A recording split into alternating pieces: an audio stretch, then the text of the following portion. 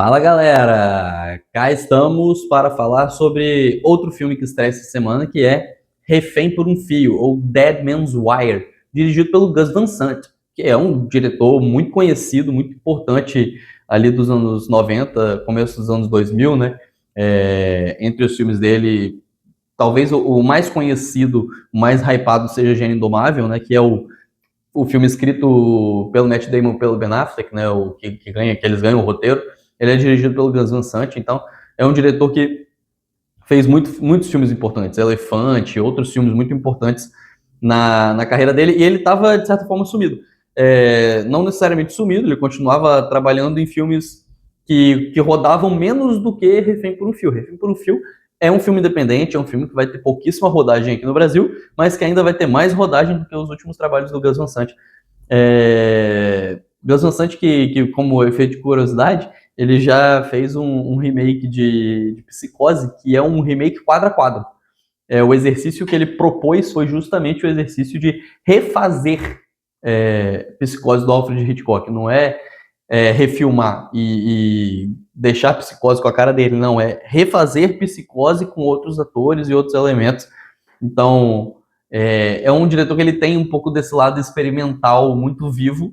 Às vezes dá certo, às vezes não dá certo. Às vezes ele coloca isso à disposição de um filme mais hollywoodiano, como é o caso de Gênio Indomável, às vezes nem tanto, como é o caso de Elefante. E, de certa forma, Refém por um Fio. Refém por um Fio é um filme que tem muitas convenções do cinema clássico hollywoodiano, mas que também brinca um pouco com essa experimentação, principalmente no aspecto visual. Eu acho que talvez seja essa separação, né? O filme conta a história de um homem que sofreu um golpe de uma instituição financeira de hipotecas, e aí ele planeja uma vingança. A vingança dele é sequestrar o filho do dono dessa empresa e colocar, e aí o título em inglês, né, Dead Man's Wire, que ele prende uma espingarda com um fio no pescoço dele, de forma que se ele se mexesse, a espingarda ativaria e ele tomaria um tiro, sem necessariamente ele puxar o gatilho, né? Então é meio que o esquema, o nome vem disso, é da bomba que se a pessoa solta, explode. Então a pessoa não pode ser morta, não pode se mexer, não pode fazer nada, porque se ela deixar, ou uma granada, por exemplo, né, deixar aquilo ali cair, explode e morre. Nesse caso, ele morreria com um tiro. E aí, em termos textuais, em termos de história, ele é um filme que ele tem muito dessa convenção. Ele pega um pouco das convenções dos filmes de assalto, dos filmes de sequestro, tem um quê de Um Dia de Cão, né, com o Al Pacino, que também está nesse filme, né? Aqui ele muda de lado, nem O Dia de Cão ele é um dos sequestradores, aqui ele é o dono da empresa, né? De certa forma, o vilão do filme, entre aspas. Mas ele pega muito dessa construção imagética dos filmes de assalto, dos filmes de sequestro, também tem um pouco de disputa de classe que outros filmes já fizeram de forma muito similar.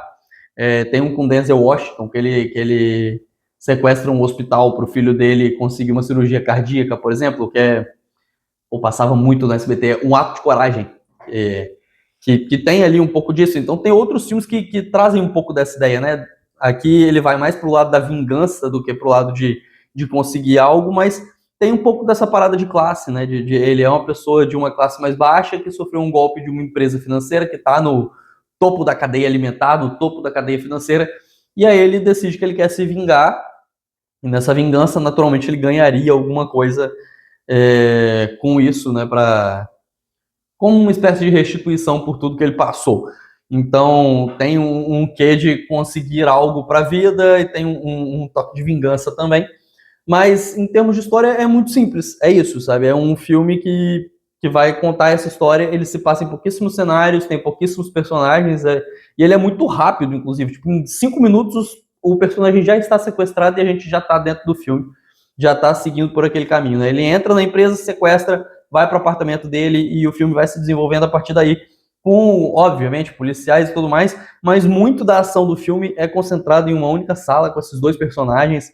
Às vezes entra em cena o Fred, que é meio que o DJ da rádio, que é interpretado muito bem pelo Colman Domingo, né? A dupla sequestrador e sequestrado é o Bill Skarsgård fazendo o personagem que ele faz com extrema frequência. Aqui ele não é tão vilão, né? A gente já viu ele fazendo muitos vilões. Aqui ele é ok, ele é um sequestrador, então você pode talvez taxar ele como vilão de alguma forma, mas ele é também uma vítima da sociedade, mas ele é esse vilão meio carismático, e o sequestrado é o Draco Montgomery, que vem de Stranger Things, né? Então, ele já tá um pouco diferente, porque ele é um tipo meio galã, que aqui ele é completamente desconstruído visualmente.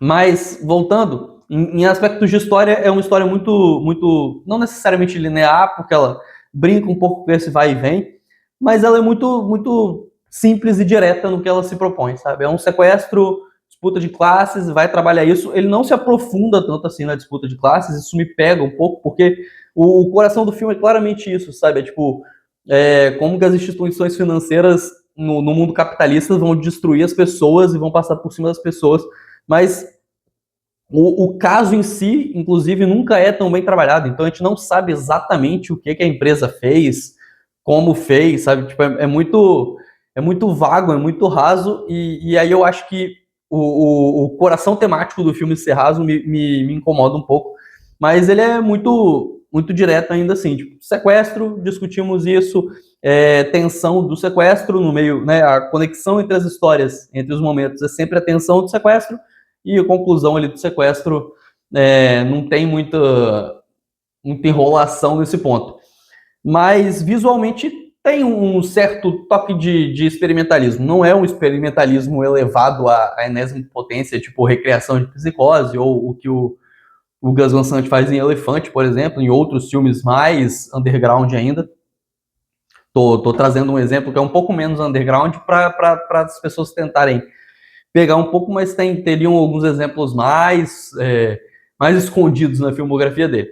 Mas aqui por isso que eu falei, tem um pouco da concessão hollywoodiana, ele tá fazendo um filme que tem atores conhecidos, tem essa trama, tem muito do cinema de roubo hollywoodiano, mas só que ele se concentra em brincar principalmente com a ideia dos anos 70. Então, a forma como ele usa o granulado, a forma como ele usa as cores dos filmes, os tons pastéis principalmente, a forma como às vezes ele congela a imagem ou às vezes ele acelera, ele brinca com o tempo da imagem. Tudo isso é muito interessante.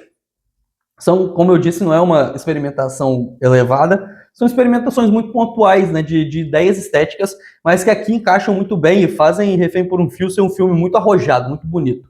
É um filme que ele tem potencial para te prender pela história, porque é uma história que ela é absurda, não necessariamente tanto pelo sequestro em si, mas por como o sequestro é feito, né? A ideia da arma presa ao pescoço do cara, e aí ele vai usar um pouco de imagens reais para mostrar o caso de verdade, mostrar o quanto ele é absurdo. Então, ele está sempre ali nesse limite do absurdo, que é muito interessante.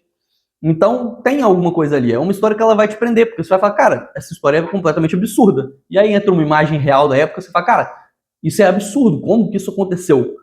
Como que deixaram isso acontecer, sabe? Como que a polícia deu corda para isso ficar acontecendo por dias? Então, assim, é muito doida, é uma história muito doida. E aí ela vai te prender, enquanto a direção do Gus Van Sant vai tornar a experiência muito...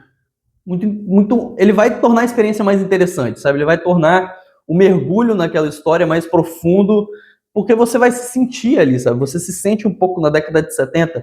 Tem algumas brincadeiras de trilha sonora que remetem a isso. Tem uma ideia de usar a transmissão da TV para mostrar algumas coisas. Então, até mesmo essa transmissão ela é interrompida por propagandas da época. Então, ele brinca muito com isso. E esteticamente, principalmente no granulado, nas cores. Na câmera de mão, às vezes vem para um lado meio documental, já que tem uma parada de transmissão, uma transmissão meio de guerrilha, assim, ele transmite um pouco disso, ele traz um pouco disso para a câmera dele.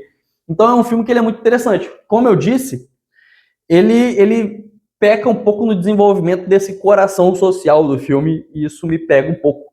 Mas é um filme que eu gostei muito, é um filme que ele é muito interessante, tem boas atuações, tem uma direção interessante, daqueles filmes que são uma pérolazinha muito curiosa, mas que provavelmente vai ficar escondido em alguns cinemas muito pequenos. Depois, talvez, quando ele chegar num Amazon da vida, num Prime Video ou numa Netflix da vida, ele vai dar uma estourada, vai ser um filme que muita gente vai assistir, em parte por causa do Bill Skarsgård, em parte por conta dessa história absurda, mas é um filme que ele é muito legal. A nota para esse filme é 3,5. E aí fica a dica, né? Uma nota 3,5 para um filme que, se você tiver a possibilidade de assistir no cinema, é uma experiência curiosa de mergulho nos anos 70 e de histórias absurdas. Mas se você também preferir esperar para assistir em casa, ainda assim fica a dica desse novo filme do Gus Van Sant, que é um diretor que nem sempre consegue chegar na mídia e no papo mais do público mais comum, né? Ele muitas vezes está mais escondido um pouco e é um diretor que merece um pouquinho da sua atenção.